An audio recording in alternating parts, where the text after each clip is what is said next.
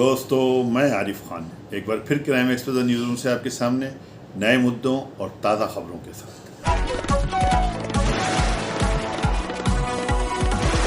इस छोटी सी वीडियो में शुरू से आखिर तक बने रहिए। इसमें आपको वो छोटा सा एक इंटरव्यू देखने को मिलेगा जो नई चेयरपर्सन सना मामून से मैंने लिया है।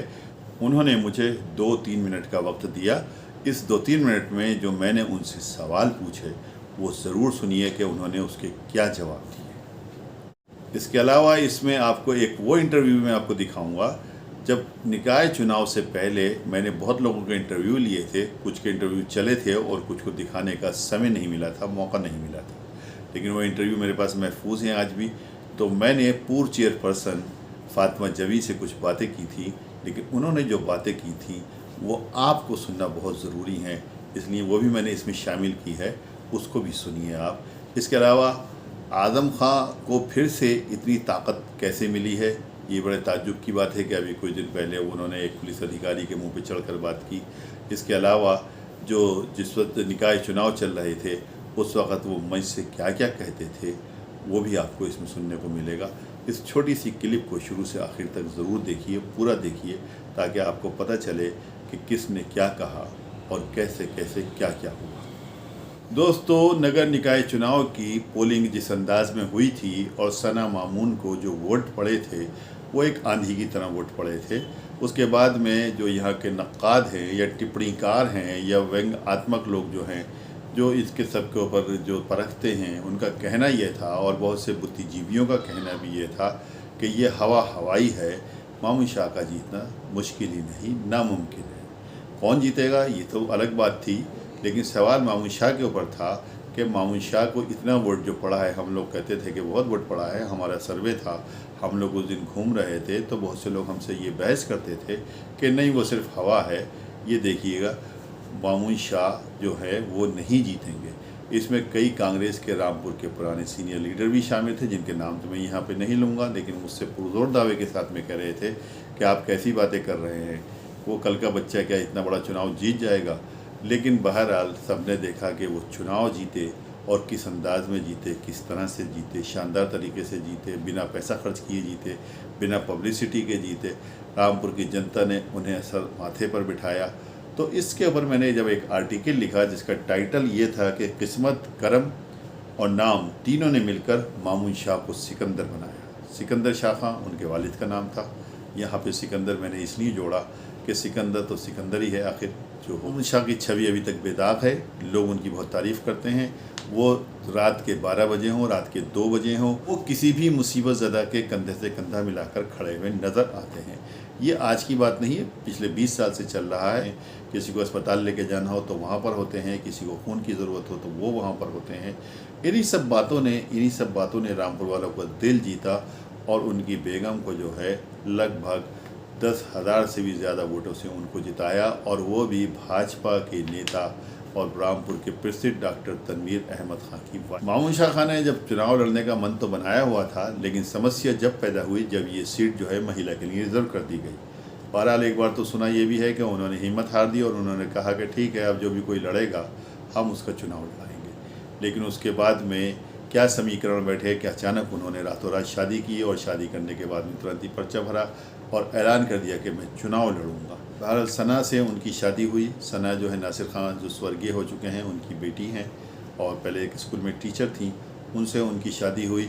और जब पहली बारी वो मीडिया के सामने आई और जितनी बेबाकी से और जितने कॉन्फिडेंस के साथ में उन्होंने मीडिया से बातचीत की, उससे लगा कि हाँ ज़रूर ये बदलाव होने वाला है। जैसा कि वो नायक नाम की एक फ़िल्म आई थी और उसमें एक प्रेस रिपोर्टर जब एक दिन का मुख्यमंत्री बनता है और जिस अंदाज में वो एक दिन में काम करता है तो लोग ये सोचने लगते हैं कि अगर ऐसा मुख्यमंत्री बन गया तो ज़रूर कुछ बदलाव आएगा। तो जब सना मामून पहली बार कैमरे के सामने आई और उन्होंने जिस अंदाज में फ्रेंकली बिल्कुल बातचीत की मीडिया से और जो कुछ कहा उन्होंने, उससे लगा कि ज़रूर कुछ ना कुछ होने वाला है, कुछ बदलाव होने वाला है। रामपुर की जनता ने उन्हें सर माथे पर बिठाकर उनको जिताया, इस उम्मीद के साथ में जिताया कि रामपुर के अंदर एक चेंज आएगी, एक बदलाव आएगा। वो बदलाव के अब इंतज़ार में जनता। तो अब लोग ये सोच रहे हैं कि कैसे काम होगा, क्या प्रोग्रेस होगी, कैसे क्या होगा। मैं अभी उनसे एक दिन पहले जाके मिला और मैंने उनसे कुछ बात करना चाहिए तो बहुत बिजी थी, लेकिन मेरे लिए उन्होंने 2-3 मिनट का समय निकाला। उस 2-3 मिनट के अंदर जो मैंने उनसे सवाल किए और उन्होंने जवाब दिए दोस्तों वो ज़रूर सुनिए। इस वक्त नवनिर्वाचित चेयरपर्सन सना मामून मौजूद हैं। उन्होंने जिस तरह से कार्यभार संभाला है सबने देखा है, ऐतिहासिक हुआ हैगा। थोड़ी सी उनसे बात करते हैं। मैडम, आपने पहली बार आप यहाँ पे आई हुई हैं, सबसे पहले पूछना चाहेंगे कि कैसा लगाया? ये सब जनता की चुनी हुई आई हूँ और जनता के लोग मुझसे मिल रहे हैं, अच्छा लग रहा है। उनकी समस्याएं समझ रही हूँ, समस्या को किस तरीके से सुलझाना है, आधिकारिक तौर पर क्या प्रोसीजर होता है किसी भी समस्या को सॉल्व करने का, ये सारी चीज़ देख रही हूँ, बात कर रही हूँ सारे डिपार्टमेंट में। तो उनकी समस्याएं अच्छा लग रहा है मुझे। एक चुनौती भी है, जैसे मैंने आपको पहले बताया कि एक चुनौती भी है सबकी समस्याओं को टाइम रहकर पूरा करना। तो ये सारी चीज़ें पॉजिटिव ले रही हूँ और पर्पस सिर्फ और सिर्फ वही है, लोगों की परेशानियों को दूर करना है। जैसा कि आम धारणा है कि पालिका जो है बहुत भ्रष्टाचार में डूबी हुई है और बहुत पर्दे में डूबी हुई है, आपने अवलोकन किया है क्या इस चीज़ का? जो चीज़ें हैं पुरानी की चीज़ों पर मुझे बात नहीं करना है, मुझे आगे का देखना है, आगे मुझे कैसे चलाना है। मुझे पालिका में बैठना नहीं है, मुझे पालिका को चलाना है। चीज़ें कुछ सही है, कुछ ख़राब है, भ्रष्टाचार का अभियान नहीं होगा इंशाल्लाह। और साथ में सब लोगों का सहयोग भी है, पालिका वालों का। तो इसको आगे सही करना है। चीज़ें तो हैं, दिक्कतें हैं, लेकिन उसका आगे देखना है कि उसका हल क्या है। बहुत बड़ी मार्केट बाबू वाला आपकी बेकार से पड़ी है, कोई नई रणनीति बना रही नहीं क्या उसको? विचार चल रहा है, समय रहते जो भी होगा जनता की भलाई के लिए वो काम किया जाएगा।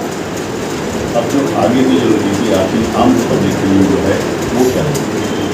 रणनीति यही है कि पालिका लोगों के काम के लिए बनी है। हर गरीब इंसान हो, मिडिल क्लास हो, मध्यम कोई भी वर्ग हो, पालिका बनी ही इसलिए है ताकि उनकी परेशानियाँ, चाहे सब उनकी सफाई की परेशानी हो, किसी सर्टिफिकेट की परेशानी हो, उनके राशन कार्ड की कोई भी परेशानी की समस्या को दूर करने के लिए पालिका बनी हुई है। और मैं पारदर्शिता अपनाते हुए पब्लिक के पास और पब्लिक को अपने साथ लेकर के काम करना चाह रही हूँ। पब्लिक के काम हर टाइम हो, लोग परेशानी हो, एक काम के लिए उनको धक्के ना खाना पड़े, बार बार पालिका आना ना पड़े, वो सारी चीज़ें चल रही हैं। आम जनता को धक्के ना खाना पड़े और आम जनता के सारे काम आसानी से हों, यही कहना है नई चेयरपर्सन। निकाय चुनाव से पहले फातिमा जबी से जो मैंने इंटरव्यू लिया था, जिसके बारे में मैंने आपको बताया था, अब वो सुनिए, छोटा सा इंटरव्यू है कि उन्होंने क्या कुछ कहा था। पूर्व चेयरपर्सन फातिमा जबी, इनसे थोड़ी सी बात करती हैं। तैयारी आपकी बहुत अच्छी चल रही है, क्या कहना है अभी आपका? ये जितनी हमसे मेहनत हो सकेगी उतनी करेंगे, कोई भी काम लाइटली नहीं लेना चाहिए। तो जो जिस तरह से हमारा चुनाव चल रहा है, बहुत अच्छा रिस्पांस मिल रहा है और मेहनत भी कर रहे हैं। लेकिन इस वक्त जो हमने देखा है कि ये जो बीजेपी वाले कुछ तरह तरह की अफवाहें फैलाते हैं, ये सब कुछ कर रहे हैं कि उस पर है, पालिका वेंटिलेटर पे है, भ्रष्टाचार का इलाज होगा, ये सब होगा, तो किस प्रकार की बातें करते हैं, क्या भ्रष्टाचार है? देखिए, विपक्ष का काम तो जो है, जो पक्ष वाले या पक्ष और विपक्ष दोनों एक दूसरे पर इल्ज़ाम ही लगाते हैं। चलो, जो भाजपा वाले जैसे आरोप लगा रहे हैं कि पालिका वेंटिलेटर पर है और भ्रष्टाचार है, किस प्रकार का भ्रष्टाचार है? देखिए, जो मुखालिफ है वो तो इल्ज़ाम लगाएगा ही, उसके पास वो बोलने के लिए होगा क्या? वो सिर्फ झूठ ही बोलेगा। वेंटिलेटर पर कैसे है? हमने जो कहा कि मुरादाबाद मंडल में नंबर 1 पर आई है सफाई व्यवस्था में, ODF प्लस हो चुकी है रामपुर नगर पालिका। तो ये तो जवाब उनको पहले ही मिल गया है। अब जो जिस तरह से इस चुनावी प्रक्रिया चल रही है, सब कुछ आप अपने मुकाबले से किससे मानते हैं? मैं तो सभी से मानती हूँ, किसी को भी कमज़ोर नहीं समझना चाहिए। जनता के लिए क्या संदेश? जनता के लिए ये संदेश है कि जनता मेरा काम जानती है। मेरे शौहर ने 5 साल किया, वो सब जनता के सामने है, किस तरह से उन्होंने काम किया है। उसके बाद 5 साल मैं रही, मैंने किस तरह काम किया। कोविड में मैंने किस तरह सारे शहर को सैनिटाइज कराया, किस तरह मैं सड़कों पर रही, मैंने खुद खड़े होकर सफाई कराई। मेरे पास जो महिलाएं या जो भी आया, मैंने किसी को वापस नहीं भेजा। मैं सबसे मिलती हूँ और सबका काम सुनती हूँ, और जो मेरे करने का होता है मैं उससे टालती नहीं। कानपुर में ईदगाह की मस्जिद के बाहर नमाज पढ़ने पे 1500 नमाजियों के खिलाफ FIR मुकदमा लिखा है, आपका क्या कहना है इसमें? मैं क्या कह सकती हूँ इसमें? ये तो आप देख ही रहे हो, जुल्म तो हो रहा है। हम सब वहाँ क्या देख रहे हैं? हम खुद बैठे हैं, हमारे पर कितना जुल्म हो रहा है। मेरा शौहर बेगुनाह आज भी जेल में है, 2 साल हो गया है उन्हें, और बेचारे जेल में ही है। हमारे ऊपर जो इल्ज़ाम, हमारे ऊपर, मेरे ऊपर 2 FIR, आज़म खां पर FIR, तो ये जुल्म तो अब से नहीं, जब से बीजेपी सरकार बनी है, जब से हमारे ऊपर जुल्म हो रहा है। आना खान ने ये चुनावी सभा में कहा कि अगर चुनाव जीतना है तो 150 करोड़ को चैलेंज किया है कि कोई आगे निश्चित चुनाव में रामपुर से जीत के दिखा दे। क्या मतलब है जी, उन्होंने ये कहा है कि 150 करोड़ में से कोई एक आदमी रामपुर आके निष्पक्ष चुनाव करा के और जीत के दिखा दे तो मैं रामपुर खाली कर दूँ। अभी एक सभा में ये उनके अल्फाज आप गौर कीजिए कि उन्हें अपने रामपुर वालों से कितनी मोहब्बत और कितना भरोसा है कि उन्होंने ये बात कही। और हकीकत में निष्पक्ष चुनाव हो जाए तो कोई हिंदुस्तान का यहाँ से जीत नहीं सकता। ये 100% सच है। आखिरी सवाल है मैडम, आपने काम किए हैं, हमें मालूम है बहुत काम किए हैं, जो काम छूट गए हैं वो थोड़ा सा बताइए क्या होंगे और कैसे करेंगे उसको अगर आप जीतते हैं। देखिए, जैसे नालियाँ काम टूटता रहता है, सड़क है, गड्ढा होता रहता है, कहीं से बैठ जाती है। ये छोटे छोटे जो काम है, नालियाँ जो रह गई हैं या जो सड़कें रह गई हैं वो फिर से बनेंगी। पानी की व्यवस्था का जहाँ सवाल है कि हमारे पंपों पर सब पे जनरेटर रखे हुए हैं, लेकिन कुछ पंप ऐसे हैं जहाँ नहीं रखे हुए हैं, तो मैं ये व्यवस्था भी कराऊंगी, हर पंप पर जनरेटर होना चाहिए ताकि पानी की व्यवस्था बाधित ना हो और लोगों को पानी से कोई परेशानी हो। राहुल गांधी विदेश में हैं, लेकिन विदेश में कहते हैं कि उन्होंने हिंदुस्तान और मोदी के ऊपर जो तंज किए हैं उससे लोग खुश नहीं हैं। सुनिए।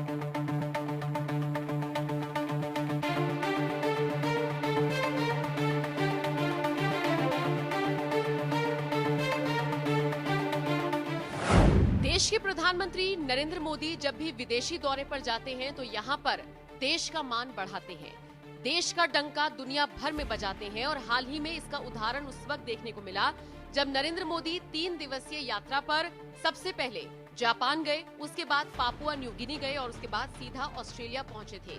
यकीनन बेहद शानदार तस्वीरें वहां से सामने आई और अंदाजा आप इसी बात से लगा सकते हैं कि पापुआ न्यू गिनी के प्रधानमंत्री ने नरेंद्र मोदी के पैर छुए, उनका आशीर्वाद लिया, जबकि ऑस्ट्रेलिया के पीएम ने नरेंद्र मोदी को द बॉस बता डाला।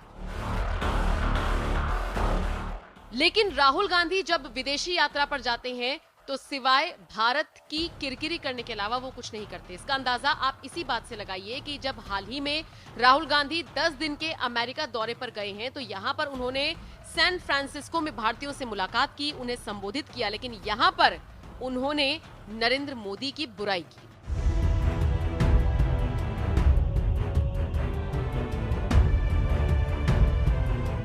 देश के प्रधानमंत्री नरेंद्र मोदी की बुराई करके राहुल गांधी बड़े खुश नजर आए। आपको बताते चले, राहुल गांधी ने विदेशी जमीन पर भारत के प्रधानमंत्री के बारे में कहा, भारत में कुछ लोग ऐसे हैं जिन्हें लगता है कि वो हर चीज के बारे में सब कुछ जानते हैं। इनमें एक मोदी जी भी हैं। उन्हें लगता है कि वो हर चीज के बारे में सब कुछ जानते हैं। मोदी जी भगवान को भी समझा सकते हैं कि ब्रह्मांड में क्या चल रहा है।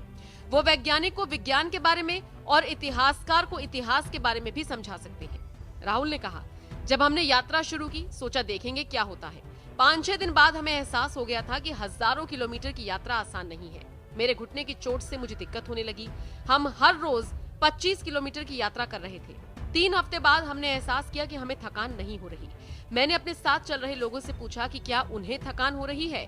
लोगों ने कहा थकान नहीं हो रही। हमें एहसास हो गया था कि हम अकेले यात्रा नहीं कर रहे, पूरा भारत हमारे साथ यात्रा कर रहा है। जब लोगों का प्यार मिलता है तो थकान नहीं होती, जब जुड़कर साथ चलते हैं तो थकान नहीं होती। हमें एक विचार आया कि नफरत के बाजार में मोहब्बत की दुकान खोलें। बीजेपी ने पूरी कोशिश की कि हमारी भारत जोड़ो यात्रा को रोका जा सके। पुलिस और एजेंसियों का उन्होंने इस्तेमाल किया, लेकिन वो अपनी हर कोशिश में असफल हुए। तो देखा आपने राहुल गांधी अमेरिका के सैन फ्रांसिस्को में भारतीयों को संबोधित करते हुए क्या कुछ बातें करते हुए नजर आए। अब यही फर्क है देश के प्रधानमंत्री नरेंद्र मोदी और राहुल गांधी में। एक तरफ नरेंद्र मोदी जाते हैं तो तमाम विदेशी दिग्गज नेता उनके साथ बात करने को तरसते हैं, उनके साथ हाथ मिलाते हैं, उनकी बात से सहमत होते हैं, द्विपक्षीय चर्चा होती है, कई मुद्दों पर बातचीत होती है, भारत और उस देश के रिश्ते कैसे मजबूत हों इसको लेकर बातचीत होती है। लेकिन वहीं दूसरी तरफ जब राहुल गांधी विदेशी दौरे पर जाते हैं तो सिर्फ भारत को कोसने का काम करते हैं, सिर्फ नरेंद्र मोदी को कोसने का काम करते हैं। एक बार फिर से ये बात साबित हो गई।